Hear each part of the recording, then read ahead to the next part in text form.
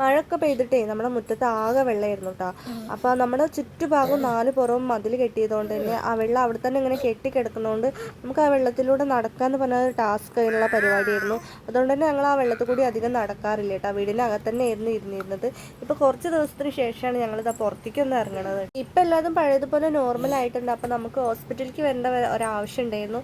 അപ്പോൾ ഹോസ്പിറ്റലിലൊക്കെ പോയി വന്നതിന് ശേഷം നമ്മളിതവിടെ കുട്ടിക്കൊരു പാവക്കുട്ടി മേടിക്കാന്ന് വെച്ചിട്ട് ഇവിടെ ഒരു കടയിൽ കയറിയതാട്ടോ. നല്ല ക്യൂട്ടായിട്ടുള്ള കുറേ ഒരു പാവക്കുട്ടികളും നല്ല എന്താന്ന് പറയുക പിൻട്രസ്റ്റി വൈബുള്ള കുറേ സംഭവങ്ങളൊക്കെ ഇവിടെ ഉണ്ട് കേട്ടോ. അപ്പോൾ വൈറ്റ് പാവക്കുട്ടിയില്ലേ ചെമ്മരിയാട് എന്താണെന്നാണ് തോന്നുന്നത്. അതെനിക്ക് നല്ല ഇഷ്ടമായിട്ട്. പക്ഷെ അതിന് നല്ല ഒടുക്കത്തെ റേറ്റ് ചെയ്യുന്നു കേട്ടോ. അപ്പോൾ അത് അവിടെ തന്നെ വെച്ച് ഹോസ്പിറ്റലിൽ നിന്ന് ഇറങ്ങിയപ്പോൾ തന്നെ ആൾ നല്ല ഉറക്കായിരുന്നു. പിന്നെ കടയിലെത്തി കറക്റ്റ് ടൈമിൽ ആൾ നീറ്റിട്ടുണ്ട്. പിന്നെ പാവേനൊക്കെ കാണിച്ചു കൊടുത്തു. ആൾക്ക് ഇഷ്ടമായെന്ന് തോന്നുന്നു. ഈ പാവയായിട്ടോ നമ്മൾ എടുത്തിട്ടുണ്ടായിരുന്നത്. ഇതൊക്കെ കൊടുക്കാൻ പറ്റിയ നല്ല ക്യൂട്ടായിട്ടുള്ള കുറേ ഐറ്റംസ് അവിടെ ഉണ്ടായിരുന്നു കേട്ടോ. ഗിഫ്റ്റ് കവായി എന്നതാണ് പേര്. കോട്ടക്കൽ സ്റ്റാൻഡിൻ്റെ അടുത്തുള്ള ഒരു കടയുണ്ടോ.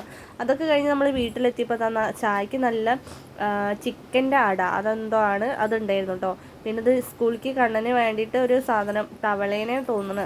തവളേനെ ഉണ്ടാക്കിയതാട്ടോ. പേപ്പറും കൊണ്ട് അതിന് കളർ കൊടുത്തിട്ട് പിന്നെ അതിമലായിരുന്നു ആൾക്ക് പരിപാടി. പിന്നെ ഏറ്റവും ടാസ്ക് പിടിച്ച പരിപാടിയാണ് ഇവനെ പഠിപ്പിക്കാൻ ഇരിക്കുക എന്നുള്ളത്. അടി ഇടി കുത്ത് തുടങ്ങിയ എല്ലാവിധ കലാരൂപങ്ങൾ ഇവിടെ അരങ്ങേറും കേട്ടോ.